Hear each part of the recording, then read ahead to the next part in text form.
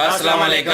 नमस्ते, सत श्री अकाल। उम्मीद करता हूँ फिट होंगे, बेहतरीन होंगे, अपनी लाइफ अच्छे से एंजॉय करेंगे। हम तीनों की तरह आज एक और वीडियो और उसका टाइटल वीडियो है जी, सेकंड पार्ट है secret of Shiva Sati Parvati terrifying tantras Kailash Parvat mysteries और पॉडकास्ट है जी। और ओरिजिनल वीडियो का लिंक भी डिस्क्रिप्शन में मौजूद होगा। लाजमी को भी सपोर्ट करें, हमें भी सपोर्ट करें। मेरा नाम है राणा मुंदरी, मेरे साथ है मोहम्मद समीर खोखर। एक बार सो गाइस, लेट्स स्टार्ट। मैं शास्त्री जी आपकी थोड़ी सी वेशभूषा के बारे में भी थोड़ा उत्सुक हूँ पूछने के लिए कि आपने ये वस्त्र, मैंने पूछ लिया आपसे कि आपने धारण किए हैं काले, आपने बोला कि उसका मुझे उचित आंसर दिया। अब ये जो आपने मालाएं धारण कर रखी हैं जी, ये एक तो मुझे देखने से रुद्राक्ष जैसी लग रही है, अब क्या है वो आप जी जाने। रुद्राक्ष है। रुद्राक्ष है। और एक रुद्राक्ष ये ही है। ब्लैक कलर का भी आपने कुछ बड़ा सा कुछ धारण कर रखा है, ये वो एक काशी से ही मेरा एक क्या है? थोड़ा मुझे बता पाएंगे क्या? हम ये इसको एक थोड़ा समझ पाएंगे सकारात्मक ऊर्जा को बढ़ाने के लिए और नकारात्मक दोष को दूर रखने के लिए मैंने पहना है। और ये रुद्राक्ष है और ये करुंगली माला है। हिबनुस की कौन सी लकड़ी से माला है बनी ये? करुंगली माला। अच्छा, और ये कैसे, कहाँ से लिया आपने और क्या कोई क्या रास्ता होता है इसका और क्यों पहननी चाहिए? ये एक तरह से जैसे हम पूजा पाठ में अलग अलग पूजा के समय अलग अलग मालाओं का हमारे सनातन धर्म में जैसे विवरण दिया गया है, उसी प्रकार से जैसे हम करुंगली माला को पहनते हैं तो एक तो वर्तमान समय में क्या है कि हर व्यक्ति अच्छा दिखना चाहता है। कुछ ना कुछ ज्वेलरी वो ऐसे अपने ऊपर जो है पहनता है कि वो पहनकर उसे अच्छा थोड़ा अट्रैक्टिव दिखे, वो तो एक अलग विषय है। लेकिन करुंगली माला का क्या होता है कि जब हम इसे पहनते हैं तो जो भी यदि कोई व्यक्ति हमारे को नज़र दोष लगाना चाहता है, अच्छा, किसी प्रकार की कोई नेगेटिव एनर्जी यदि हमारे पास आना चाहती है, वो इससे दूर रहती है, नहीं आती है। और क्योंकि इसके अंदर काफ़ी सारे ऐसे सकारात्मक गुण हैं, जैसे कि आपका जो मानसिक संतुलन है वो स्थिर रहता है जब आप कोई साधना करते हैं या कोई आप पूजा करते हैं उस समय में। तो ये जो दाने हैं ये किस चीज़ के दाने होते हैं? ये हिबनुस पेड़ की पे लगता है, ये क्या लकड़ी होता होती है, उसके दाने हैं। ये लकड़ी का है? लकड़ी का है। ये पेड़ की लकड़ी करुंगली होगी? जी। और इसका संबंध भगवान मुर्गन और शिवजी से जोड़ा गया है। मुर्गन यानी कि जो शिवजी के पुत्र हैं भगवान कार्तिकेय। ये दक्षिण भारत में इसका बहुत ज़्यादा प्रचलन है। अच्छा, हमारे नॉर्थ में बहुत कम लोग अभी तो इसको लकड़ी जानते हैं। काटते हैं, लकड़ी काट के इस तब आकार ये देते हैं आकार ये? दिया जाता है, तब इसको हम पहनते हैं। अच्छा, नज़र दोष किसी भी तरह का हो, नजर वो दोष इससे लगता है क्या वैसे? बिल्कुल लगता नजर है। लगती है किसी बिल्कुल को? लगती है, कि बिल्कुल। यार तू तो बड़ा सुंदर लग रहा है, अगले दिन बीमार हो गया वो? बिल्कुल बिल्कुल। ऐसा होता है? विज्ञान भी मानता है ना कि नेगेटिव एनर्जी है और पॉजिटिव एनर्जी है। हाँ, मानता है ना विज्ञान भी। तो विज्ञान को तो एक बार को हो सकता है हमारे समाज के, हमारे एज के लोग सनातन की या धर्मशास्त्र की जुड़ी हुई किसी चीज़ को नकार दें, लेकिन विज्ञान को सब मानते हैं ना। तो विज्ञान भी ये मानता है कि नेगेटिव भी है, पॉजिटिव भी है। इसी प्रकार से नज़र दोष भी होता है। ये कितना प्रभावशाली हो सकता है? कि ऐसा भी मैंने सुना है कि किसी ने किसी को देखा ऐसे कि ये तो बहुत ही सुंदर लग रहा है और अचानक उसकी तबीयत इतनी बिगड़ गई कि मामला ही साफ हो गया। बिल्कुल होती है, मैं अपने से बता सकता हूँ, मेरे साथ हो जाता है। हम तो जब छोटे थे, हमारे पिताजी वो मिर्ची रखते थे हाँ कि यार, हम बोलते तबीयत ठीक नहीं है तो बोलते थे ओहो तुझे नज़र लग गई है, जी। बैठ।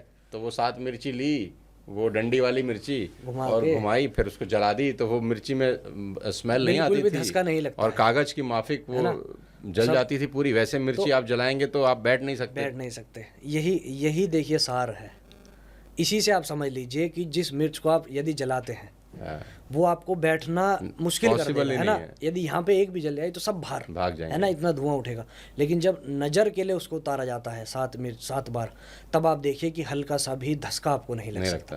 तो ये क्या है, प्रमाण के साथ आपको सब पता चल रहा है कि वास्तव में नज़र दोष होता है। और नज़र इतनी कैड़ी, इतनी बुरी चीज़ है कि पत्थर को वास्तव में फोड़ देती है, बिल्कुल फोड़ सकती है।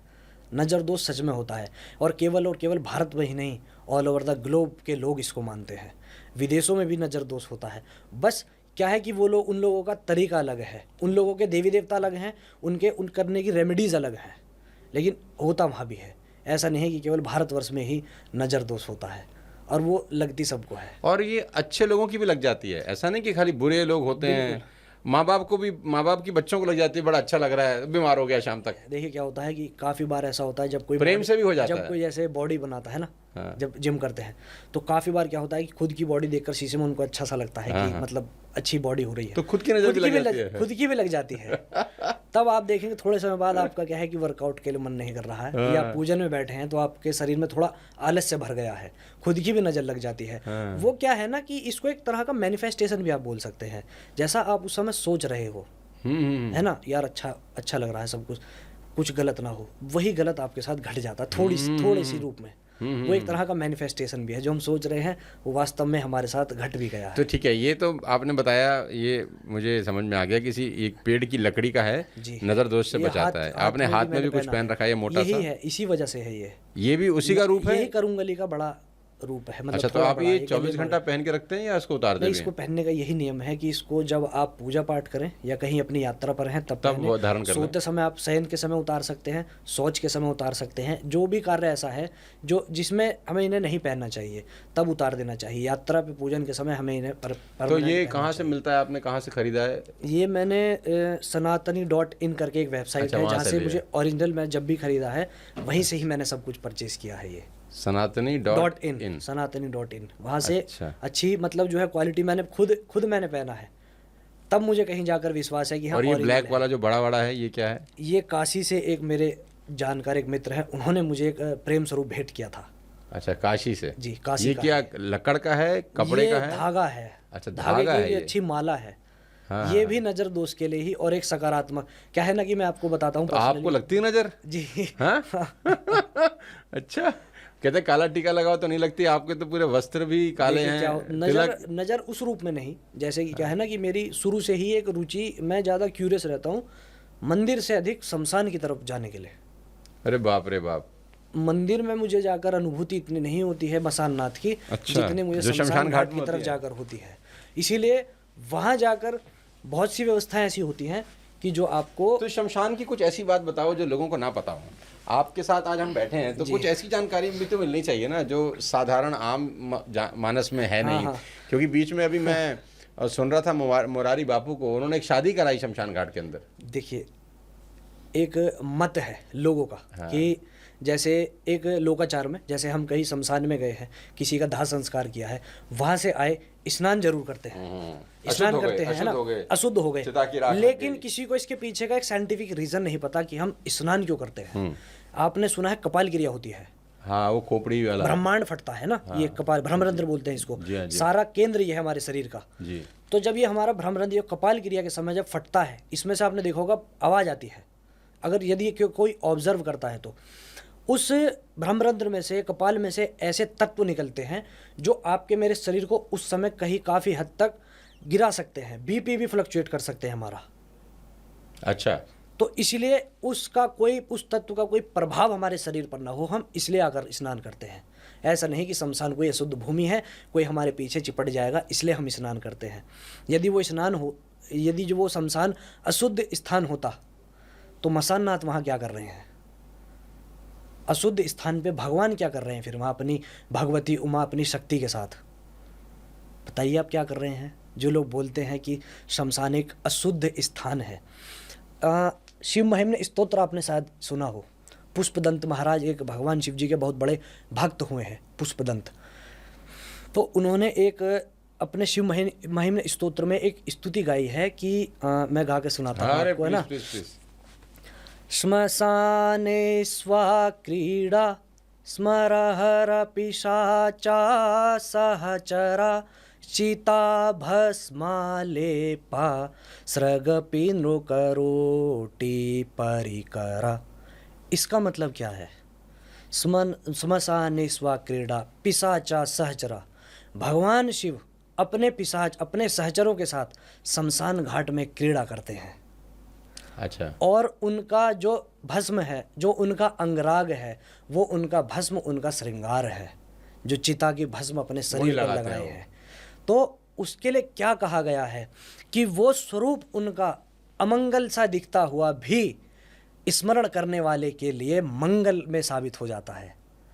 यदि कोई व्यक्ति भगवान शिव जी के ऐसे रूप को देखकर भी उनका स्मरण कर लेता है तो वो उसके लिए भी मंगलकारी है। तो जब भगवान शिव वहाँ क्रीड़ा करते हैं अपने सहचरों के साथ, अपने भूत प्रेत पिशाचों के साथ, तो वो स्थान कैसे अशुद्ध हो सकता है? आप ही बताइए। कोई ऐसी चीज़ बताइए ना शास्त्री जी जो हमको आम जनता को ना पता हो शमशान के बारे में। शमशान के बारे में आम लोगों को यही नहीं पता है कि वहाँ कौन सा देवता विद्यमान होता है, हमेशा विद्यमान होता है। वो तो शंकर जी के बारे में मालूम है सबको। शंकर जी का कौन सा रूप वहाँ पर विद्यमान होता है?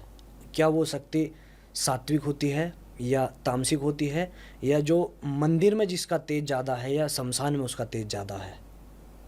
हर व्यक्ति शमशान घाट जाता है। एक आम व्यक्ति की मैं बता रहा हूँ, साधक की नहीं।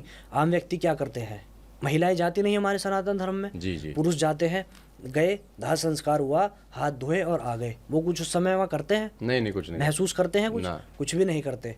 क्या वो भगवान शिव जी के विग्रह को देखकर उस समय हाथ जोड़ते हैं? नहीं जोड़ता, कोई नहीं जोड़ता, क्योंकि उन्हें वहाँ उस चीज़ की अनुभूति नहीं किया। वास्तविक रूप में मसाननाथ बैठे। शमशान घाट में कोई सिद्धियां विद्धियां भी होती हैं, कोई लोग बाग करते हैं सिद्धियां? बहुत जल्दी सिद्धियां हो जाती है वहाँ, बहुत तीव्रता के साथ। यदि मैं कहूँ लोग बाग करते यदि आप मंदिर में या कहीं और करें तो वो, यदि कोई 6 मंथ लग रहे हैं, 6 महीने लग रहे हैं, तो वहाँ वो 15-20 दिन के अंदर अंदर सिद्ध हो जाएगी, क्योंकि वो इतनी पवित्र भूमि। कैसी कैसी सिद्धियां होती हैं?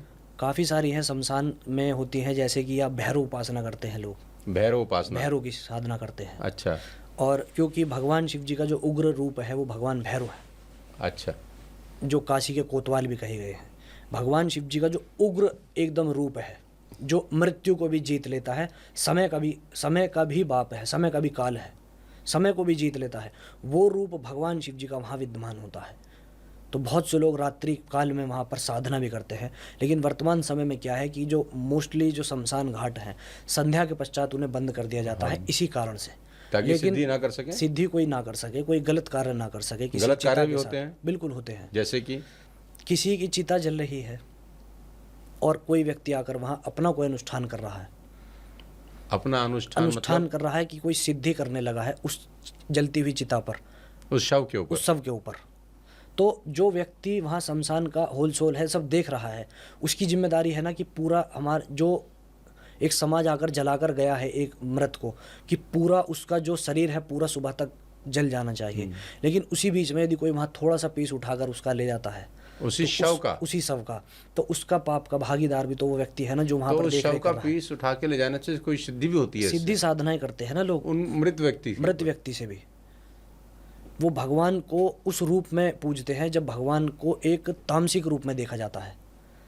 तो तामसिक रूप में फल फूल तो कोई चढ़ाएगा नहीं, ऐसा ही सब कुछ चढ़ाया जाता है, रक्त चढ़ाया जाता है, बलि होती है, यही सब कुछ चढ़ाया जाता है उस समय में। क्योंकि सात्विक मार्ग बहुत अलग है, तामसिक मार्ग में यदि आपको जाना है तो यही सब क्रियाएं हैं जो करनी पड़ती है। शमशान घाट में यही सब क्रियाएं हैं जो करनी पड़ती है। आप वहाँ जरूरी नहीं है कि कोई साधना करने जाओ, आप काशी मणिकर्णिका घाट जाओ, वहाँ जाकर आप खुद से अनुभूति करोगे कि वहाँ वास्तव में कोई है। भगवान मसाननाथ के लिए कहा जाता है कि वो जो मृत व्यक्ति होता है, मृत व्यक्ति की जो आत्मा होती है, उसके कान में खुद तारक मंत्र फूंकते हैं, तब कहीं जाकर काशी में मरने वाले या मणिकर्णिका घाट पे मरने वाले व्यक्ति को जो है मोक्ष प्राप्त होता है। खुद भगवान शिव, भगवान मसाननाथ के रूप में वहाँ विद्यमान है और मृत आत्मा के कान में वो जो है तारक मंत्र फूंका करते हैं, तब कहीं जाके व्यक्ति वहाँ पे मोक्ष की प्राप्ति करता है। कितने लोग ऐसे हैं जो वहाँ मरने से पहले ही आश्रम बना कर रखते हैं कि हम मरने से कुछ समय पहले, कुछ क्षण पहले ही उस आश्रम में जाएंगे तो हमारा मरण काशी में हो जाए, आखिरी समय निकालेंगे बस। तो ये सब मान्यता है। क्या क्या नहीं करना चाहिए शमशान घाट में? क्या नहीं करना चाहिए कि लोग बाग जाते हैं संस्कार में जी, ये नहीं करना चाहिए या ये तो बिल्कुल नहीं करना चाहिए? देखिए, एक तो सबसे पहली चीज़ जो शमशान में, ये आम आदमी जो जाता है, जो साधक है, या तो उन्हें सब कुछ पता होगा।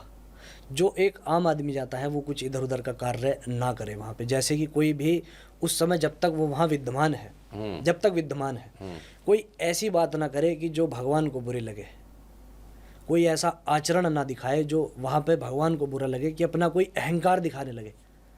होता है ना कि बहुत से लोग व्यक्ति होते हैं कि हमारे घर का ये व्यक्ति आया है, इसको इतने अच्छे से जो है आप सब कुछ करो, ज़्यादा घी डालो या ऐसी व्यवस्था करो, तो उसका अहंकार उस समय वहाँ नहीं झलकना चाहिए। क्योंकि भगवान शिव जी के लिए कहा गया है कि आप उन्हें कुछ भी चढ़ाओ, वो व्यक्ति के अहंकार का भक्षण बहुत जल्दी करते हैं। तो उस धरा पे जाके सबसे पहला जो आपके अंदर शून्यता का भाव आ जाना चाहिए कि यहाँ आके सब मौन है। लेकिन बहुत से व्यक्ति, आपने भी पर्सनल भी देखा होगा कि वहाँ जाकर भी अपनी मकड़ में रहते हैं, उन्हें कोई मतलब नहीं है किसी से भी। वो एक फॉर्मेलिटी के लिए किसी व्यक्ति के उसमें अंतिम क्रिया में आए हैं, आके अपने फ़ोन में लगे हैं, कोई वीडियो भी बना लेता है, कोई अपना इधर उधर जाके अपना कार्य भी कर रहा है, वो उधर से चले जाते हैं। अच्छा शास्त्री जी, एक बात बताओ, मैं आपसे थोड़ा जानने को ये भी इच्छुक हूँ, मेरे अपने मन के सवाल हैं कि क्या ऐसा भी होता है कि वो एक हम कॉलेज में थे तो एक वो जादू होता था, वो किसी की गुड़िया बनती थी, उस पर सुई चुभोते थे तो दूर व्यक्ति बैठा है उसको दर्द होता था, ऐसा होता है क्या कुछ? ये सब होता है, मारण उच्चाटन सब कुछ होता है, मारण उच्चाटन सब कुछ होता है। क्या भला संसार है में ये सिद्धियां ही होती हैं, योगिनियां आपका कार्य सिद्ध करती हैं, लेकिन अच्छा, थोड़ा आपको समझाओ हमको। उन्हें पहले साधना पड़ता है। ये मैं पहले ही बता देना चाहता हूँ, लेकिन कि ये कार्य गृहस्थ आश्रम वाले लोगों के लिए बिल्कुल नहीं बने हैं। गृहस्थ आश्रम वाला व्यक्ति केवल और केवल देवी देवताओं के सौम्य रूप की उपासना करे।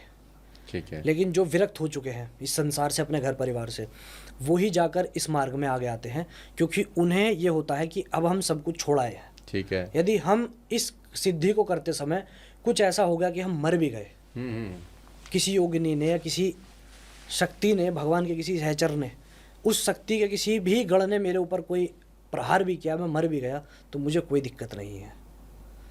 तो गृहस्थ वाले लोग ये बिल्कुल नहीं कर तो सकते। क्या होता है ये सिद्धि, इसमें क्या होता है? इसमें क्या करते हैं कि एक समाज पंथ के एक विश्वविख्यात या कोई अच्छे ज्ञाता, एक पहले तो गुरु का चयन किया जाता है, तब वो गुरु कहीं जाकर एक देवी की या जो भी उनका आराध्य होता है, इस मार्ग की केवल एक ही देवी हैं, वो है देवी भगवती काली, क्योंकि तंत्र की अधिष्ठात्री देवी है देवी काली और अधिष्ठात्र देवता है भगवान शिव। उन्हीं के श्री चरणों से निकला है तंत्र। तंत्र एक कोई ये नहीं है कि एक जैसा अभी आप सोशल मीडिया पे देखते हो, नींबू उड़ा दिया, गले में हड्डी पहली, तो तंत्र है। तंत्र एक व्यवस्था है, मैनेजमेंट। जैसा आपने सुना भी होगा डेमोक्रेसी, प्रजातंत्र। तो क्या इसमें आपने कुछ ऐसा अनुभव किया है कि प्रजातंत्र जो हम सुन रहे हैं इसमें कोई तांत्रिक क्रिया हो रही है? नहीं नहीं, तंत्र तो आया है, लेकिन इसमें आया है। फिर इसमें क्रिया क्यों नहीं हो रही? कोई विचार नहीं करता, क्योंकि तंत्र वो वाली चीज़ है नहीं जो लोग समझते हैं। तंत्र एक मैनेजमेंट है, एक व्यवस्था है। जैसे कि डॉक्टर क्या करते हैं, उन्हें पता होता है कि इस सिरप में इतना % अल्कोहल है, रिकमेंड करते हैं ना, ये वाला सिरप पी लीजिए आप। उन्हें पता है कि कितना रेशो इस व्यक्ति के शरीर में जाके इसको ठीक कर देगा। उसी प्रकार तंत्र के जो ज्ञाता होते हैं, उन्हें पता है कि कितनी मात्रा में इस व्यक्ति को ज्ञान देना है और ये उसे आगे समाज का कल्याण कर सकता है। जी, ये वीडियो पॉडकास्ट का सेकंड पार्ट था और फर्स्ट आपने देखा होगा। अभी जो है वार्तालाप उनसे हो रही थी और बहुत सारी ऐसी चीज़ें हैं जो नॉर्मल लाइफ में हम जो है उसको फेस करते हैं, और उनमें से एक जो है इन्होंने उसका मेंशन किया, जो उन्होंने वस्त्र पहने हुए हैं, जो चीज़ें पहनी हुई हैं, उसका हाव स्वभाव कैसा है और वो किस तरह एक्ट करते हैं, क्योंकि हाल ही उन्होंने पहनी नहीं हुई, वो उनका कोई ना कोई कह लें कि मोटिव है, मतलब जो है वो उस चीज़ का होता है, उसके पीछे कोई ना कोई रीज़न होगा। तो वो रीज़न बता रहे थे, उसमें वो जो है वो एक जो मनका उन्होंने जो बारीक किस्म का पहना हुआ, लकड़ी से बना हुआ है, उसको लेकर उन्होंने कहा कि जो ईवल किस्म की शक्ति है, यानी कि बुरी नज़र लग जाती है किसी की, तो नज़र जो है वो ये हम में भी मानता है, हमारे इस जो है रिलीजियस में, इस्लाम में, कि बुरी नज़र लगती है और बड़ी सख्त लगती है और पहाड़ चीर देती है, इतनी सख्त होती है। तो वो बिल्कुल इन रियलिटी इस चीज़ को भी इन्होंने थोड़ा एलैबोरेट किया कि वाक़ई वो है, और इस चीज़ को दूर रखने के लिए अगर आम व्यक्ति पहनता है इस चीज़ को, तो वो इस चीज़ से बचा रहेगा कहीं न कहीं। तो नो डाउट जी, उसमें मैं लगता हूँ सर-ए-फ़हरिस्त आता हूँ उस चीज़ में, क्योंकि मैं जब भी किसी को बड़े प्यार से देखता हूँ, तो मैं कहता हूँ कि यार इसको साइड पे कर दो, क्योंकि नज़र लग जाएगी। कई लोगों की नज़र लग जाती है वाक़ई, और बड़ी सख्त लगती है, और मेरी भी नज़र इस तरह की है कि मैं देखता हूँ तो वो नज़र लग जाती है उस बंदे को, अगर मैं उस हिसाब से देखूँ। उन्होंने एक और चीज़ बीच में मेंशन की जो मुझे अभी तक लगती थी कि अपने आप को नहीं लग सकती। आप अपने आप को देखें कहीं शीशे में, या आपको लगे कि आज तो अच्छा लग रहा हूँ, ये वो, तो अपने आप को ही लग जाए। वो मेरे साथ एक्सपीरियंस नहीं हुआ, क्योंकि उसके लिए खूबसूरती ज़रूरी होती है। ये एक जोक था, लेकिन ये है कि वो हो सकता है लग जाए, क्योंकि भई आपकी नज़र ऐसी है। मैंने देखा है जब मैं बच्चों को जो उनसे थोड़ा दूर रहता हूँ, ज़्यादा उनके करीब नहीं जाता, क्यों? क्योंकि बच्चों को मेरी नज़र बहुत ज़्यादा लगती है। तो अपने ख़ानदान में बहुत सारे लोग मुझे कहते हैं कि नज़र ना लाइए। मुझे मतलब कि पर्सनली आप ईवल शक्ति हो। नहीं, वो होता है, वो आपकी नज़र में कि आप देखने का अंदाज़ आता ये प्यार ही इसको है। भाई मैं खुद बोलता हूँ कि ये काली जीभ वाला है। ये जो बोलता है ना कि ये हो जाएगा, वो हो जाता है भाई वो जो एक बुरी चीज हो, मतलब किसी का नुकसान। हाँ, कोई किसी का फायदा बोलने का फिर नहीं होगा। नहीं यार मैंने और एक बगैर सीढ़ियों के इसने इवल शक्ति जो है वो तो हासिल यकीन की। करें, ये अगर कहेगा ना कि आराम से जाना, गिर ना जाना, बंदा लाजमी गिर जाएगा आगे जाके। यार मैंने अपने दोस्त को कहा था, वो कह रहा था मेरा वीजा जो है अभी नहीं आ रहा, लेट हो रहा है, ये हो गया वो हो गया। मैंने कहा देखना शाम से पहले आ जाएगा। शाम को बैठे हुए थे और वो बड़ा मतलब अपसेट था इस चीज को लेकर। एकदम से जो उसे खुशखबरी मिली, वो मुझे चूमना शुरू कर दिया। मैंने कहा बंदा बन, सारे दुनिया देखे, तूने क्या ड्रामा, कहता है आ गया है, अभी मेल आई है, हो गया है। तो मतलब वो भी हो गया। वो एक और दोस्त था जिसने मैका जाना था, वो कह रहा था नहीं जा पाऊंगा ये। मैंने कहा सब कुछ हो जाएगा, तू टेंशन ना ले, तेरा तो हुआ पड़ा है सब कुछ। कहता है नहीं ये आ गया वो आ गया। 4 मसलों से वो निकला है, अच्छा, और चारों को करा। मैंने कहा हो गया ना, वो रब की ज़ात करने वाली है, लेकिन वो शक नहीं रखना चाहिए आपको, ठीक है? वो इसी तरह फेथ होता है, भगवान के ऊपर है आप लोगों को, वो फेथ जो है आपको लेके, लेकिन कहीं न कहीं नज़र का इम्पैक्ट जो है बीच में है। उन्होंने एक और चीज़ कही कि शमशान घाट जाते हैं, क्यों जाते हैं? उसके ऊपर बड़े सवाल किए हैं। और हमारे मज़हब में भी ये है कि औरतें जो हैं वो कब्रिस्तान। कम ही जाती हैं, ना होने के बराबर, ठीक है? तो वहाँ पे भी आपके रिलीजन में भी वो चीज़ है। और दूसरा उन्होंने बताया कि जो है भगवान को ये नहीं चाहिए आपकी अक्कड़, आपका वो रुतबा और वो चीज़ें, वो पीछे रख के आएँ। यहाँ पे भी हमारे रिलीजन में भी यही है कि वहाँ पे आके आप इक्वल हैं। आप भले किसी कास्ट के हैं, भले आपका कोई मुकाम है, इतना पैसा है आपके पास, आपकी अप्रोच ज़्यादा है, आपने एक लग्ज़री लाइफ़ जी के आए हैं, वहाँ पे आके ज़ीरो हैं, आप शून्य हैं, ज़ीरो। तो वो ज़ीरो जो है वो याद रखना है आपने। उन्होंने कहा कि जो पंडित हैं वो अपने कार्य जो है वो प्रॉपर वे में कर रहे होते हैं। वो पूजा-पाठ जो चल रही होती है उस वक़्त शमशान घाट में उस मृत व्यक्ति को लेकर, तो वो चल रहा होता है। लेकिन कुछ लोग फ़ोन पे लगे होते हैं, कोई कुछ कर रहे होते हैं, कोई उसमें मसरूफ़ होते हैं, लेकिन वो अपना काम करते हैं, वो इनको नहीं छेड़ते। ठीक है ना? और ये चीज़ें उन्होंने थोड़ा बहुत जो है उसके ऊपर डिस्क्राइब किया। जी। बिल्कुल जी, इन्होंने शमशान घाट को बहुत ज़्यादा पसंद करते हैं। ये कहते हैं कि मैं मंदिर कम जाता हूँ, शमशान घाट में ज़्यादा जाता हूँ। शिव जी को लेकर ये वहाँ पे ज़्यादा जाते हैं। इनका ये मानना है कि शिव जी स्वयं वहाँ पे मौजूद हैं और जो हैं उनको भस्म पसंद है, तो इनको भी वही चीज़ें सारी पसंद हैं। अपना ज़्यादा टाइम ये शमशान घाट में गुज़ारते हैं। तो एक चीज़ ये भी है कि इंसान को अपनी औकात याद रहती है, इंसान को पता होता है कि मेरा अंत है ये, कि आज आके मैंने यहीं पे आना है। जो एक दुनिया का एक जीवन का जो ख्वाब, जिस ख्वाब में इंसान सो रहा होता है, आखिरकार वो ख्वाब टूटना ही होता है। तो मृत्यु जो है वो सत्य है। ये जो जीवन है ये तो एक छल है, एक कपट है, जो चंद लम्हों का है, कोई पता नहीं है किस टाइम खत्म हो जाए। तो बहुत अच्छा कार्य करते हैं जी, शमशान घाट में ज़्यादा टाइम गुज़ारते हैं। और कुछ लोग जो हैं वो शमशान घाट की जो चीज़ें हैं ये कह रहे हैं कि वो उनका गलत प्रयोग भी कर लेते हैं, कि सिद्धियाँ कुछ इस तरह की हैं कि जिनको वो प्राप्त करने के लिए वहाँ पे जो शव हैं, उनके शरीर का कोई टुकड़ा उठा लेना और उसके ऊपर सिद्धियाँ करना और उल्टे-पुल्टे काम करना, लोगों को नुकसान देना, जिसको ब्लैक मैजिक कहते हैं। तो ज़ाहिर-सी बात है उसमें ये सारे उल्टे काम ही आपको करने होते हैं जो ब्लैक मैजिक वाले लोग होते हैं। तो इसलिए ये कह रहे हैं कि उन चीज़ों से जो घर गृहस्थी वाले लोग हैं ना, जो परिवार वाले लोग हैं, वो दूर ही रहें तो बेहतर है। क्योंकि उसमें मृत्यु का भी बड़ा जो है वो खतरा होता है, मृत्यु भी हो सकती है किसी भी वक़्त। तो ज़्यादातर तो बेहतर यही है जो मार्गदर्शन इन्होंने किया है। इन्होंने कहा कि कोई अच्छे से गुरु जो हैं वो ढूँढने चाहिए, जो आपको देवता और देवियों के साथ लगा सकें। उनकी तरफ जो है वो कोई मसला नहीं है। वो धर्म का रास्ता है, तो वहाँ पे अगर आप कोई सिद्धियाँ करते भी हैं तो वो लोगों के कल्याण के लिए करेंगे। मेरे ख़्याल में उस रास्ते पे चलना चाहिए, जो गलत चीज़ें हैं उनसे दूर ही रहना चाहिए। और बिल्कुल जी, और इन्होंने जो है वो पहले जो इन्होंने वस्त्र पहने हुए हैं उनके बारे में बताया गया। नज़र-ए-बद वाक़ई हमें भी पूरा यकीन है कि नज़र-ए-बद होती है। भाई वो बंदे को जो है वो डुबो भी देती है और बंदे का सब कुछ तबाह भी कर देती है, इसलिए नज़र-ए-बद से जो है वो हमेशा बचना ही चाहिए।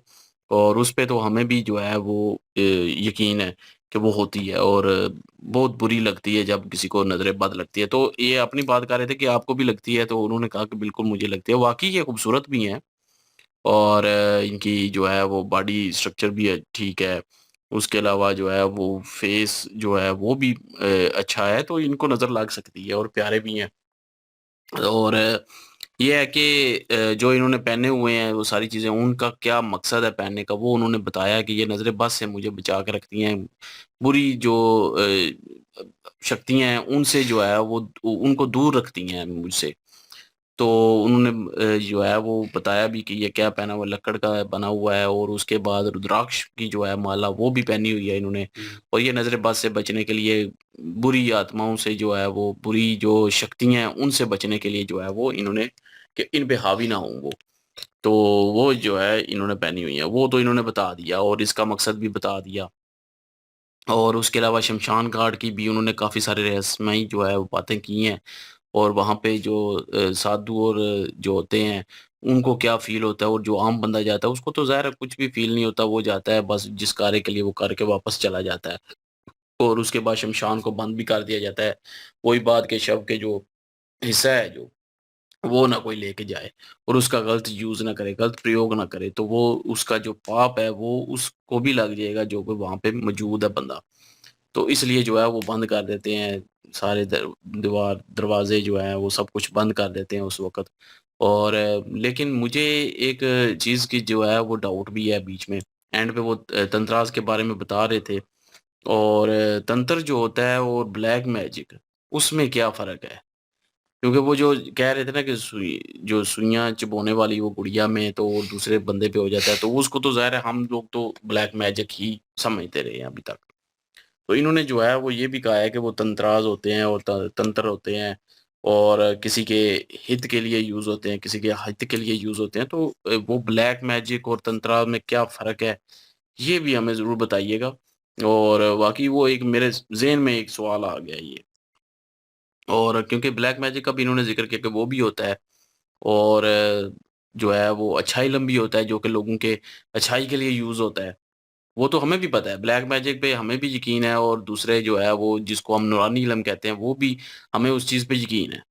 काला इल्म है, नूरानी इल्म है, तो वो उन चीज़ों पे हमें यकीन है। लेकिन ये तंत्राज़ जो है और ब्लैक मैजिक, इनमें क्या डिफ़रेंस है, वो क्या है, उसके रिलेटेड भी कोई कोई वीडियो हुई तो वो भी ज़रूर हमें जो है वो रिकमेंड कीजिएगा और सेंड कीजिएगा। और बाकी ये है कि पॉडकास्ट अभी अगर आप कहते हैं तो आगे और जारी रखेंगे। और दूसरा, हम जो है वो वीडियो लेके आना चाह रहे हैं सिया के राम अब, लेकिन वो वीडियो जो है वो ड्रामा जो है हमें, जो सीरीज़ है वो हमें मिल नहीं रही, और इसलिए जो है हम नहीं ला पा रहे, तो और ये वीडियो लेके आ रहे हैं। लेकिन कुछ दिन जो है वो अभी रिकमेंड ये भी आ रही हैं कि जो देवों के देव है उसको भी थोड़ा-सा जारी रखें, और ये स्टोरी जो है थोड़ी-सी आगे कंप्लीट हो लेने दें। तो देखते हैं कि क्या करते हैं, अगर तो सिया के राम मिल गई तो वो शुरू कर लेंगे, नहीं तो अभी देवों के देव जो है वो कंटिन्यू करते हैं अभी कुछ दिन के लिए। बिल्कुल यार, लाइक शेयर सब्सक्राइब कर दीजिएगा। इंशाल्लाह मिलते हैं नेक्स्ट वीडियो में। अपना ख्याल रखिएगा, दुआ में याद रखिएगा। तब तक के लिए अल्लाह अल्लाह हाफ़िज़। हाफ़िज़, पीस।